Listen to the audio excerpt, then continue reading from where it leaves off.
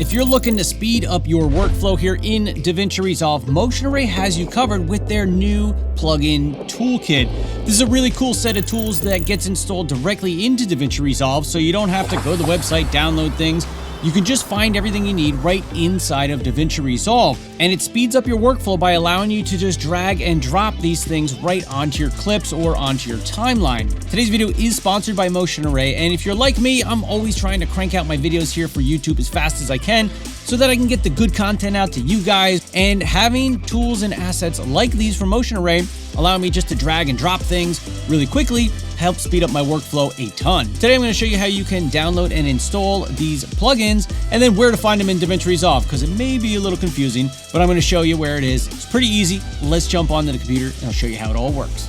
First things first, use that link in the description to jump over to Motion Array's website. Once you hit that link, you're going to land on the Motion Array homepage, and we want to go to the new plugins section right up here at the top. So go ahead and click on plugins. Once you do that, you're going to come over to the plugins page, and here you'll see we have the option to download the plugin setup for either Windows or for Mac.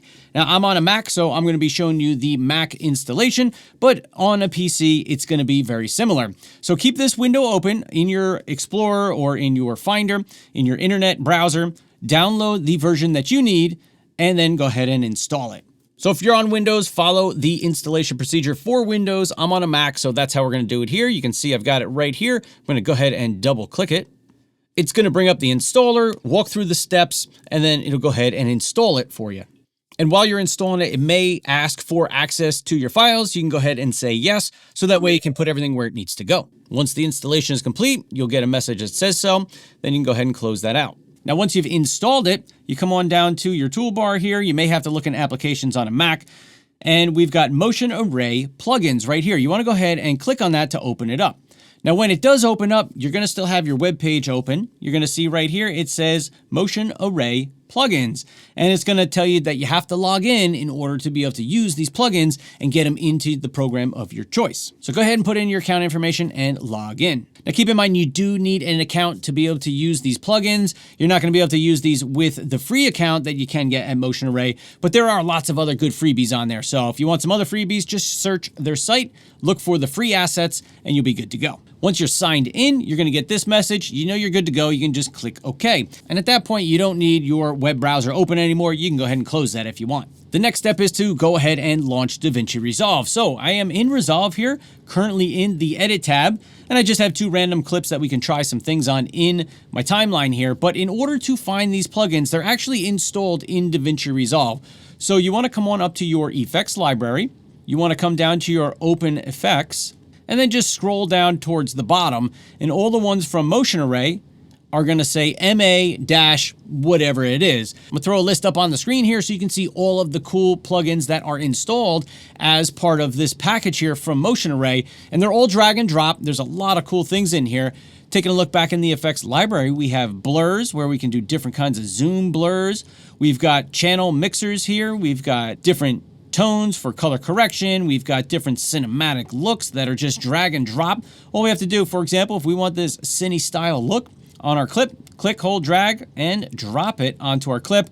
Boom, there we go. Now we have that cinematic look right on our clip. There's some other ones down here. If we look, there's distort. You can do some distortion here. This is kind of cool. So if I drag and drop this on my clip, you can see now we've got our distorted image here. And if you want to make any adjustments to any of these, all you got to do is click on the clip, come on up to your inspector, make sure you're in the effects tab, and then you're going to see the effects you have on your clip listed right here, and you can make any changes that you want.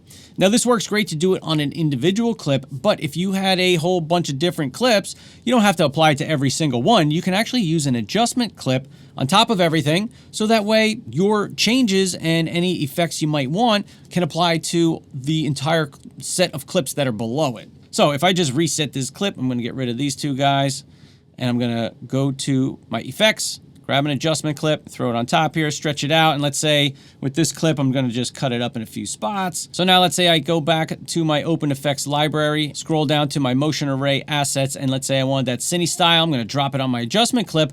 Now everything under that adjustment clip has that cool cine style to it, and I don't have to apply to every single clip individually. Now, one of the cool ways that you can also adjust a lot of these effects is if we come to this little drop down right here and you select Open Effects Overlay, and you notice on the screen here I've got like a little crosshairs, right? So if I click, hold, and drag that, it's going to change how this effect is being applied on my image. So you can adjust it here like this if you want for a lot of these effects, or you can just come right into the inspector and change the parameters in there to be whatever it is that you like it to be. And if you wanted to see a quick before and after of any of these color grades, for example, you can just come in your inspector and you can just turn it on and off and see what it looks like. Another one that's kind of cool here that can be used from some cool effects is this one, Auto Volumetric. So if I drop that on my adjustment layer, everything below that is going to have that really cool kind of light beam coming out of it look. That's kind of cool, right? And it might take you some time to create that by yourself, but here I can just drag and drop it on a clip or an adjustment layer,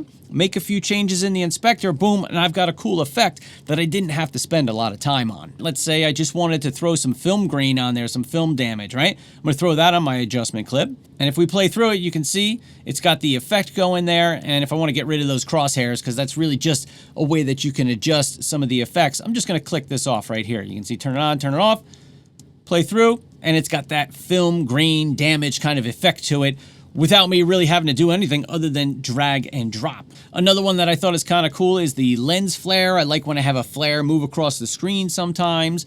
You even have auto light flares here. If I hover over it, you can see the auto light flares happening. Pretty cool. Maybe you want like a dreamy look. Maybe it's like an angel walking through the field here. Look at this one, MA Gleam. It's kind of got that angelic vibe to it, right? It's kind of cool. And it takes no time to just drag and drop it onto a clip.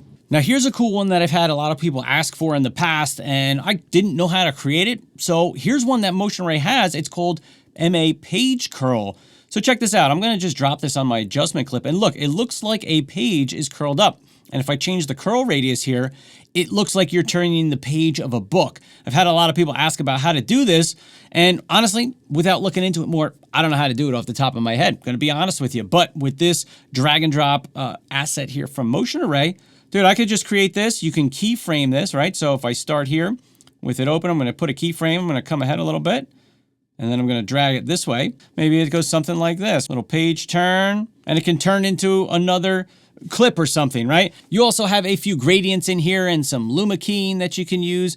You also have the time code, right? You can put the time code right on your video by just dragging it and dropping it on a clip, and then it's going to give you that time code. We can change the size of it and make it bigger if we need to by selecting the clip and just scaling it up using our inspector. Sometimes you want that in there, right? You've got an automatic picture-in-picture, so you don't have to scale it down and do the work.